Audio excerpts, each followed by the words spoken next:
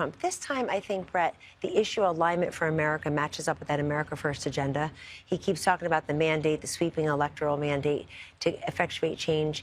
Expect him to work with a certain alacrity and urgency, but expect it to be very transparent. I think he's going to call the press into the Oval. He'll have his press secretary out there telling us he'll be tweeting, Truth Socialing, and nothing really shows results like producing and delivering.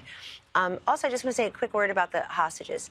This happened during his first term. He presided over the release of... What a president should do in the first weeks. I hope he spends a lot of time after the first day explaining the many actions that he takes, because the American people are going to hear on, Tuesday and Wednesday, big glob of stuff, and a couple of things will pop out. But it's really going to be important for him and the White House and the administration to meticulously go and explain and demonstrate by his personal presence what he's doing. It is a different media. We're all connected, and sometimes Donald Trump, 200 executive orders, you think, oh my God, this is chaos. He's flooding the zone with receivers, so you can't cover them all.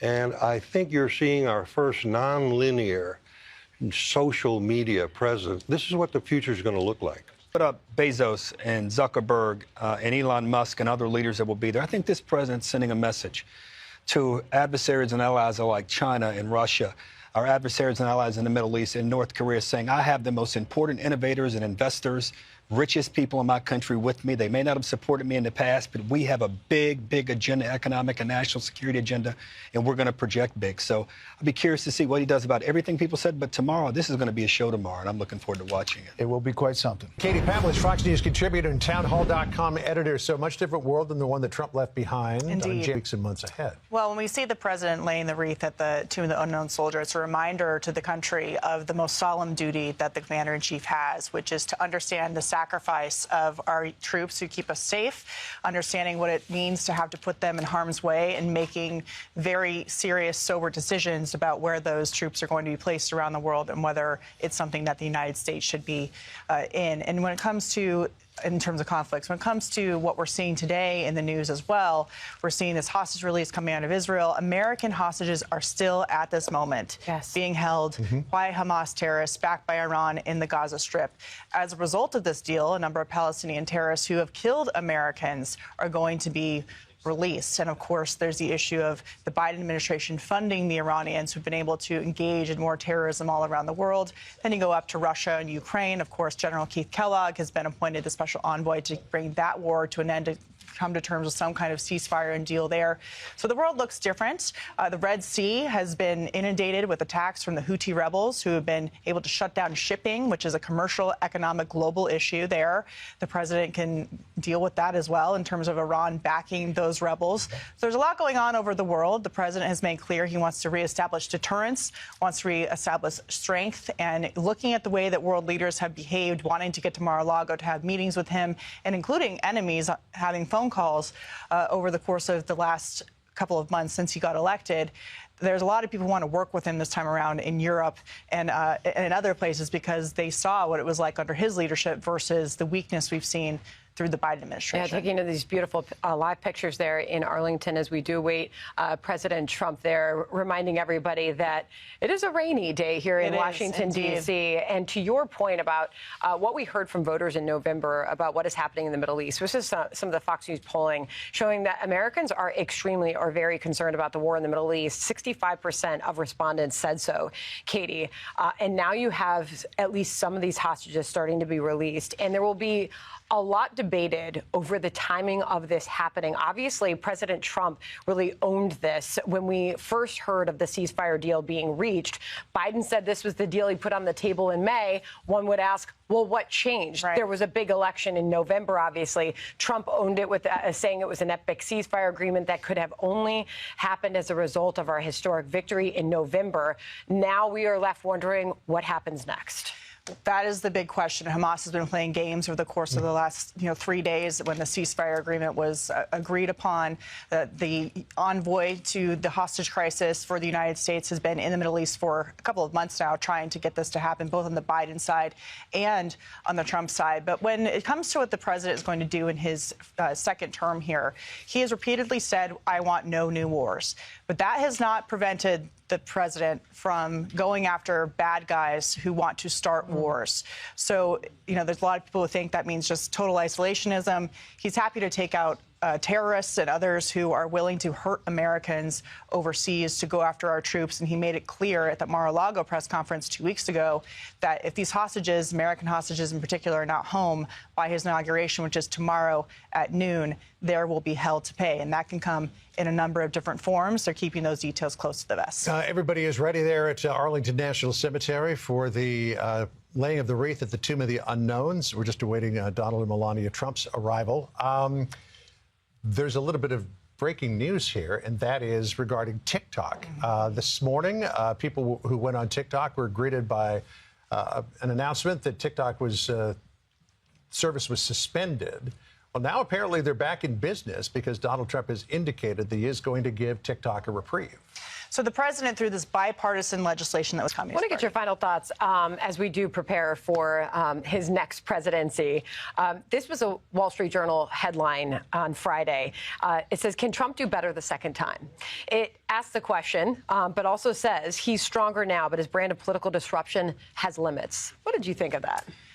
Well, then you compare the first term to the second term, which hasn't started, just in terms of personnel. Personnel is policy. The Trump campaign and the Trump transition team for a long time has been looking at the things they didn't fill in terms of positions all over the federal government. So a lot of Obama holdovers were working under the first Trump administration, trying to sabotage his first term in terms of agenda. And also, they threw a lot at him. 2 impeachments, working against him, et cetera. So this time around, he's starting off on a higher, Russian investigation, higher approval rating, and he won in a landslide with the Electoral College and popular vote. So he's definitely starting on a better foot this time. Let's bring in Jason Miller now, senior advisor for the Trump-Vance transition. Jason, welcome to you, and thank you for joining us. Please do give us a preview of what we are about to see.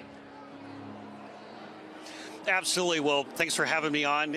Doors are open. People are coming into the Cap One Arena. I think the arena fits about 18,000 people, but I think there's probably about 10 times as many outside. But what you're going to see here in just over an hour is a bit of a preview for what President Trump is going to bring to this country after he's inaugurated tomorrow. We haven't had a real president in so long. In less than 24 hours, that will change. Everyone's futures are going to get better economically. We're going to finally secure the border. And as you've seen, he's already brought a peace deal to the Middle East.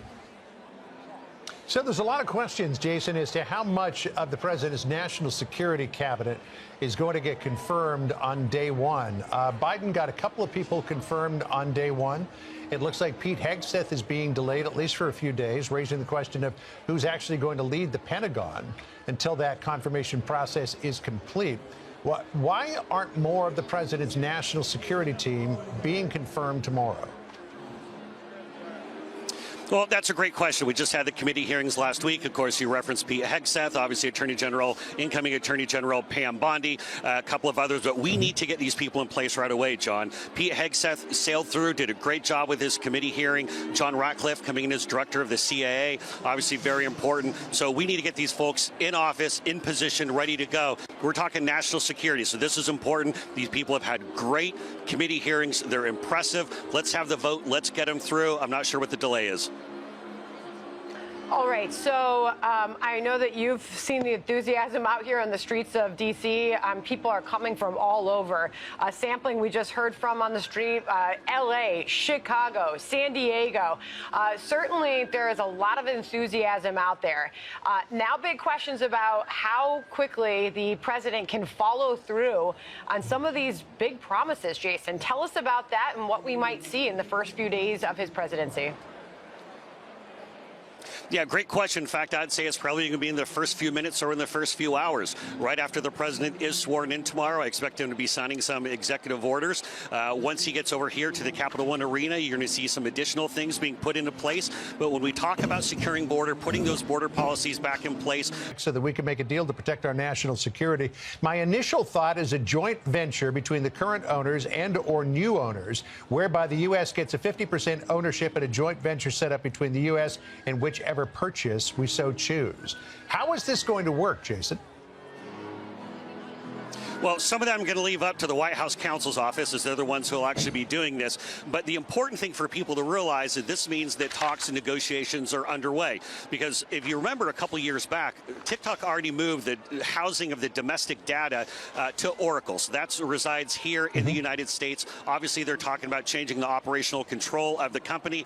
That's ultimately going to be up to TikTok and with their parent company to do. So we remove that from foreign ownership and have that something that where it's in the U.S. and everyone can be safe and secure with it. But, John, President Trump has been very direct on this, even earlier today, saying that he's going to make sure that we save the platform. I think it's important, but we have to make sure that we keep security first and foremost. But there are a lot of young people out there. John, I have a 16-year-old in the house who came in this morning and said, Dad, TikTok doesn't work.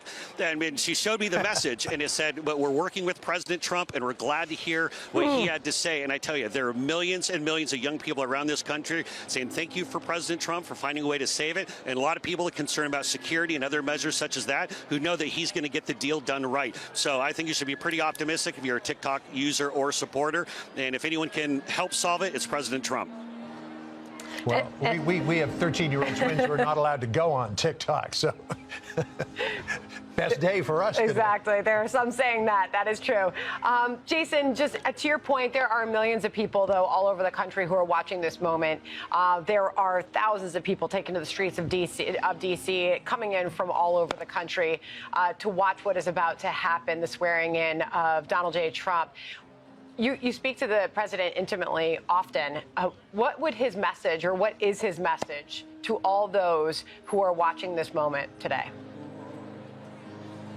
Well, I think there are a couple of things. Number one, America's back. Our standing on the global stage is back in place, but also people who've lost hope, people who don't feel that their personal economic situation is going to get any better, who see that their community or their streets overrun, who wonder, why can't I just walk down the streets being safe? But the other thing, too, that I'd say, on a more of a solemn note, I think about the Gold Star families who lost loved ones in Afghanistan because of the disasters of the Biden administration. I think about the families of Laken Riley and Rachel Moore and Jocelyn Nungary, people who have had to suffer, people who've lost loved ones because of the gross incompetence of the Biden administration.